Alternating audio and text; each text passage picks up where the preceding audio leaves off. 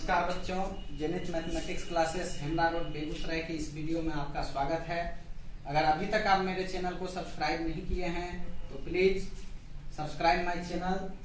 आज के क्लास में बच्चों हम देखेंगे अलजेब्रा ऑफ लिमिट्स के बारे में। कल जहां तक हम बताए थे उससे आगे का टॉपिक हम शुरू कर रहे हैं। अलजेब्रा ऑफ लिमिट्स है क्या देखेंगे। देखेंगे बच्चों, if fx and gx are two functions of x such that limit of fx as x tending to c equals to L and limit of gx as x tending to c equals to M। हमने मान लिया fx और gx x का कोई दो फलन है। यहां पर limit of fx as x tending to c, यानी fx का x बराबर c पर जो लिमिट है वह L है और gx का x बराबर c पर जो लिमिट का वैल्यू है वो M है। ठीक है बच्चों। नेक्स्ट हमने लिखा है then first limit of fx plus gx as x tending to c, यानी कि ये जो fx और gx है अगर दोनों फंक्शन का सम करते हैं तो सम करने के बाद उसका लिमिट क्या होता है। तो हमने क्या किया, दोनों फंक्शन को अलग अलग लिमिट लगाया, यानी कि limit of fx as x tending to c plus limit of gx as x tending to c। तो आपको पता है इसका वैल्यू हमने L मान रखा है और इसका M, इसलिए क्या हो गया L प्लस M। नेक्स्ट इसका डिफरेंस हमने निकाला है, डिफरेंस ऑफ टू फंक्शन। तो इसका जो लिमिट है अलग अलग लगाए तो ये भी आपका जो है L माइनस M आ चुका है। अगर इसका प्रोडक्ट करते हैं fx इंटू gx तो यहां पर जो है सेम टू सेम अलग अलग लिमिट लगेगा, L इंटू M आएगा बच्चों। और अगर कोसेंट फॉर्म में है मींस fx बाई gx के फॉर्म में है तो यहाँ भी अलग अलग लिमिट लगता है और L बाई M है। यहाँ पे ध्यान देने वाली बात ये होती है कि यहाँ पर gx का वैल्यू जो है वह 0 के बराबर नहीं होना चाहिए। क्यों? अगर 0 के बराबर होता है gx का वैल्यू मींस आपको पता है समथिंग बाई 0 नॉट डिफाइंड होता है, इसलिए यहाँ पर gx का वैल्यू 0 के बराबर नहीं होना चाहिए। Next limit of lambda into fx, जहां लैम्डा क्या है एनी रियल नंबर है तो किसी फंक्शन fx को अगर किसी कांस्टेंट नंबर से मल्टीप्लाई करते हैं फिर लिमिट लगाते हैं वहां क्या होता है तो कांस्टेंट नंबर जो है वो बाहर आ जाता है। फिर limit of fx as x tends to c equals to lambda into L। अगर यहीं पे fx के जगह gx रहता बच्चों तो फिर ये g हो जाता gx और यहाँ पे m हो जाता। ठीक है, तो इसको तेजी से जल्दी जल्दी उतार लीजिए, फिर आगे बढ़ते हैं बच्चों। देखेंगे बच्चों some standard results on limits. हमने यहाँ पे कुछ फॉर्मूला लिखा है जो आपको न्यूमेरिकल्स एग्जाम्पल सॉल्व करने में हेल्पफुल रहेगा। यहाँ पर हमने केवल फॉर्मूला को लिखा है, रिजल्ट्स को लिख दिया है। यहाँ पे हम इसका प्रूफ्स नहीं लिखा है। ठीक है बच्चों, अगर आपको प्रूफ्स देखनी हो तो आप बुक्स का मदद ले सकते हैं, वहां पे आपको मिलेगा। कोई भी बुक हो, किसी भी बुक में रहता है, वहां से आप देख सकते हैं। यहाँ पे हम केवल इसका रिजल्ट्स लिखे हैं, जैसे कि पहला हमारा है limit of x to the power n minus a to the power n upon x minus a as x tends to a equals to हो जाता है n into a to the power n minus 1। ठीक है बच्चों। Next हमने 2 number में लिखा है limit of log x plus 1 base e by x as x tending to 0 equals to 1 होता है। Limit of e to the power x minus 1 by x, अगर इस फॉर्म में अगर कोई फंक्शन है fx तो यहाँ पर वैल्यू 1 होता है। Limit of a to the power x minus 1 by x as x tending to 0 equals to यहाँ पे मिलता है बच्चों log a to the base e। यहाँ इस फॉर्मूला से ही इसका वैल्यू निकला है, जैसे कि यहाँ पर log x था और यहाँ a to the power x है, यहाँ e to the power x है। तो देखिए log, अगर हम कंपेयर करते हैं log a ए का काम यहां से ई कर रहा है, तो log e to the base e अगर हम करते हैं बच्चों तो यहाँ पे कुछ भी नहीं तो पावर 1 है। आपको पता है जब ये दोनों वैल्यू सेम होता है जो पावर रहता है वो बाहर आ जाता है, तो इसलिए यहाँ पर limit of e to the power x minus 1 by x as x tends to 0 अगर है तो वैल्यू 1 है, और limit of a to the power x minus 1 by x as x tends to 0 अगर रहता है तो वैल्यू होता है log a to the base e। ठीक है बच्चों, अब यहाँ पर है limit of a to the power fx minus 1 by fx as fx tends to 0। Same to same x की जगह हमने fx रख दिया है, सेम वही वैल्यू आएगा log a to the base e। ठीक है बच्चों, limit of 1 plus x to the power 1 by x as x tends to 0 है तो इसका वैल्यू e होता है। Limit of 1 plus 1 by x to the power अगर x है तो इसका भी वैल्यू e होता है, लेकिन अंतर क्या है, ये x टेंड्स टू 0 पर देता है वैल्यू और ये x टेंड्स टू इंफिनिटी पे देता है। ठीक है बच्चों, limit of cos theta as theta tends to 0 equals to 1 होता है। क्यों, आपको पता है थीटा अगर 0 के निकट जाएगा cos 0 का वैल्यू 1 होता है, cos थीटा जो है 1 के निकट जाता है। ठीक है बच्चों, same to same limit of sin theta by theta as theta tends to 0 है, अगर इस फॉर्म में रहेगा तो वैल्यू 1 होता है। Limit of theta by sin theta as theta tends to 0 है तो इसका वैल्यू 1 होगा इसी फॉर्मूला से, या फिर अगर हम इसको ऊपर लेते हैं तो sin inverse theta by theta, तो यहाँ पर भी वैल्यू 1 मिलेगा। ठीक है बच्चों, limit of tan theta by theta as theta tends to 0 है इसका भी वैल्यू 1 मिलेगा, या limit of theta by tan theta as theta tends to 0 और limit of tan inverse theta by theta as theta tends to 0 का value 1। यहाँ पे limit of sin theta as theta tends to 0 का value 0 मिलेगा, जैसा कि ये लिखे हैं, ये दोनों सेम टू सेम है। यहाँ पर जब थीटा 0 के निकट जाएगा तो sin 0 का वैल्यू आपको पता है 0 होता है, और same to same tan theta भी 0 के बराबर हो जाएगा जब थीटा टेंड्स टू 0 होगा। ठीक है बच्चों, तो फटाफट इसको उतार लीजिए, फिर हम आगे बढ़ते हैं। देखेंगे बच्चों some useful results to remember, कुछ याद करने लायक आपका रिजल्ट है जो आपने अंडर 10th में पढ़ा है। फिर से एक बार यहाँ पे रिवाइज कर लेते हैं, क्योंकि जब आप लिमिट्स को अलग अलग टाइप्स में पढ़ेंगे, अलग अलग फॉर्म्स में पढ़ेंगे, डायरेक्ट सब्स्टिट्यूशन, फिर आएगा आपको रेशनलाइज करके बनाने के लिए, फिर आएगा फैक्टराइज करके बनाने के लिए, तो जब अलग अलग मेथड्स में आप जाएंगे, rationalisation method, factorisation method, direct substitution method, तो अलग अलग मेथड में आपका हो सकता है कि इस अलजेब्रिक फॉर्म्स का यूज हो, तो इसलिए हमने यहाँ पे जरूरी समझा है इस चीज को लिखने के लिए। आपके मन में लग भी रहा होगा कि सर ये क्या बता रहे हैं, ये सब तो 7, 8 क्लास 6 क्लास का ही है, तो ये चीज बताने की जरूरत क्या है। लेकिन ऐसा होता है बच्चों, कभी कभी क्या होता है ना कि कुछ बच्चे भूल भी जाते हैं, तो इसलिए एक बार याद कर लेने में कुछ नहीं जाता, क्योंकि ये अंग्रेजी दवा नहीं है।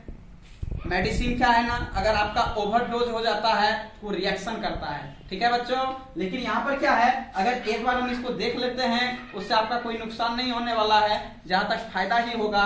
तो एक बार हम देखेंगे a प्लस बी का होल स्क्वायर इक्वल टू, आपको पता ही है, a square plus 2ab plus b square, a minus b का whole square equal to a square minus 2ab plus b square, a plus b का whole cube, a cube plus 3a square b plus 3ab square plus b cube, और a cube plus b cube plus 3ab into a plus b। Next a minus b का whole cube equal to a cube minus 3a square b plus 3ab square minus b cube, और a cube minus b cube minus 3ab into a minus b। Next a square minus b square equal to a minus b into a plus b। ठीक है बच्चों, अगला हमने लिखा है a cube minus b cube equal to a minus b into a square plus ab plus b square. Next a cube plus b cube equal to a plus b into a square minus ab plus b square. a plus b plus c का whole square equal to a square plus b square plus c square plus 2ab plus 2bc plus 2ca। ठीक है बच्चों, अगला हमने लिखा है a to the power 4 minus b to the power 4 अगर है तो आप इसको a square minus b square into A square plus b square के फॉर्म में लिख सकते हैं। यहां से इस फॉर्म का यूज करके a स्क्वायर का whole square minus b square का होल स्क्वायर। तो सबसे पहले ऐसा ये बेस होगा, फिर से इसका टूटेगा, इसका ब्रेक हो जाएगा, यहाँ से a minus b into a plus b और इसका सेम टू सेम रहेगा a square plus b square. तो मुझे लगता है बच्चों इसको याद रखना जरूरी होता है, एक बार इसको जरूर देखिए। अभी हम 2-3 एग्जांपल लेंगे बच्चों और फिर हम आपको अच्छे से लिमिट्स का कंसेप्ट क्लियर करेंगे। ठीक है, देखेंगे बच्चों, पहला एग्जांपल हम लेते हैं, limit of x square plus 1 by x plus 1 as x tending to 1। इस फंक्शन को, ये जो fx के जगह पे हमने लिखा है एक्स स्क्वायर प्लस 1, यहां पर जो है हम इस लिमिट को जो सब्स्टिट्यूट करने वाले हैं डायरेक्ट सब्स्टिट्यूशन मेथड से। डायरेक्ट सब्स्टिट्यूशन मेथड क्या होता है, तो कुछ भी नहीं करना होता है, हम सीधे लिमिट का जो वैल्यू है x टेंड्स टू 1 है, यहाँ पे इसका वैल्यू हमको सब्स्टिट्यूट कर देना होता है। ठीक है बच्चों, तो हमको ये जो है ये चीज तो हम करेंगे ही करेंगे, लेकिन सबसे पहले हमको ये चेक करना होता है कि फंक्शन डिफाइन है या नहीं। ठीक है, तो इसके लिए हम x का जो वैल्यू है, जिस पॉइंट पे हमको चेक करना होता है, उस पॉइंट का हम यहाँ सब्स्टिट्यूशन करते हैं। देखिए 1 प्लस 1, 1 का स्क्वायर करेंगे 1, 1 प्लस 1 बाई 1 प्लस 1, 2 बाई 2 है, मीन्स 0 बाई 0 फॉर्म नहीं है, इसका मतलब फंक्शन क्या है, डिफाइन है। ठीक है बच्चों, अब चूंकि इसको हमको डायरेक्ट सब्स्टिट्यूशन मेथड से बनाना था, तो इसलिए हमने लिखा लिमिट ऑफ इतना। अब सीधे आप वैल्यू सब्स्टिट्यूट कर दीजिए, वैल्यू सब्स्टिट्यूट कर देने से आपके पास जो है 2 बाई 2 मीन्स आपका जो आंसर आने वाला है 1 आने वाला है। ठीक है बच्चों, एक और इस तरह का एग्जाम्पल आप रख सकते हैं, एग्जाम्पल का 2 ले लेते हैं, limit of x square minus 9 by x plus 2 as x tends to 3। ठीक है बच्चों, यहां पे इसका हम वैल्यू देखेंगे क्या होता है।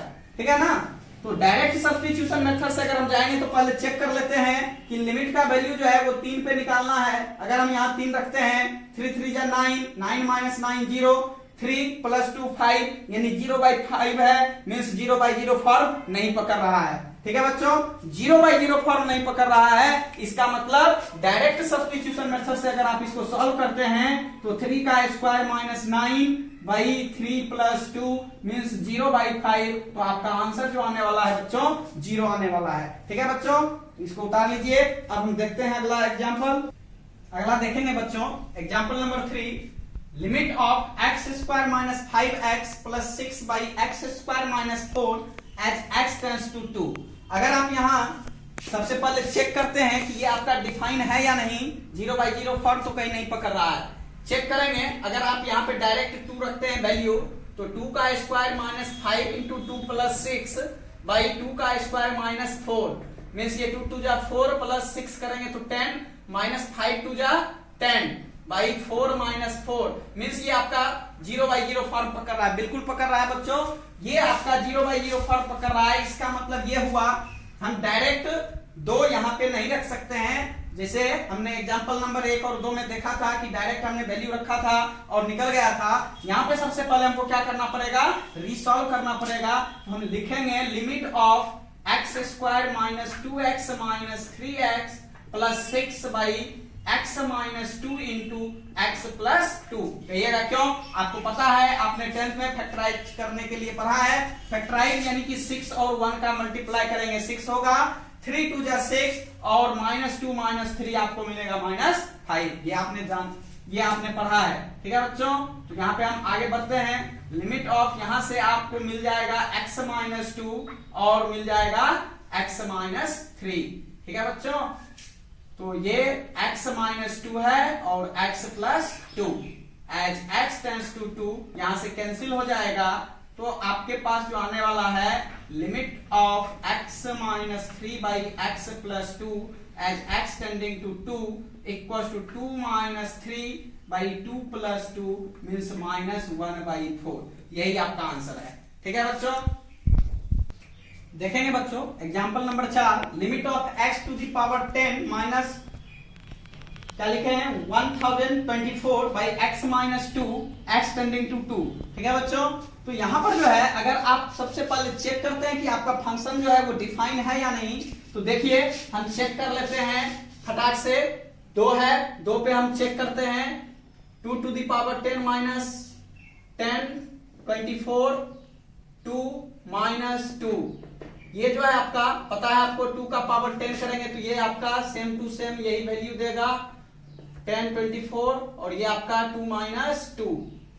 ठीक है, तो ये 0/0 फॉर्म को पकड़ रहा है बच्चों, 0/0 फॉर्म को पकड़ रहा है। इसका मतलब क्या हुआ, तो अगर हम डायरेक्ट सब्स्टिट्यूट करेंगे, डायरेक्ट अगर x का वैल्यू 2 सब्स्टिट्यूट करते हैं तो हमारा फंक्शन जो है 0/0 फॉर्म पकड़ रहा है, इसलिए हम डायरेक्ट वैल्यू सब्स्टिट्यूट नहीं कर सकते हैं बच्चों। तो सबसे पहले हम क्या करेंगे, limit of x to the power 10 minus, आपको पता है इसको हम लिख सकते हैं 2 to the power 10 by x minus 2 as x tending to 2। तो यहां से अब आप देखिए, आपको अभी तुरंत एक फॉर्मूला हमने बताया था x to the power n minus a to the power n by x minus a as x tending to a equals to होता है n into a to the power n minus 1। ठीक है बच्चों, हम इस फॉर्मूला का use कर लेंगे, तो यहां से हमको जो मिलने वाला चीज है वो मिल जाएगा 10 इंटू 2 का पावर 10 माइनस 1 मीन्स 10 इंटू 2 का पावर 9। अगर आप इसको सॉल्व करके लिखना चाहेंगे तो लिख सकते हैं, इसका वैल्यू जो है ये आ जाएगा। ठीक है बच्चों, तो मुझे लगता है सबसे पहले आपको क्या करना चाहिए, तो लिमिट्स जो आपका 11th का जो टॉपिक है, लिमिट्स को आप सबसे पहले बुक में बहुत अच्छे तरह से पढ़ लीजिए, 1 बाई 1 कंसेप्ट को आप पढ़िए। पढ़ने के बाद आप उसका सॉल्व एग्जांपल देखिए। सॉल्व एग्जांपल जब आपका बनता है, समझ में आता है, तो एक्सरसाइज बिल्कुल बनेगा। ये वीडियो आप एक बार में अगर नहीं समझ पाते हैं, 2 बार 3 बार 4 बार में समझिए और समझने के बाद बनाइए। मुझे विश्वास है आपसे बनेगा। वीडियो देखने के लिए बहुत बहुत धन्यवाद।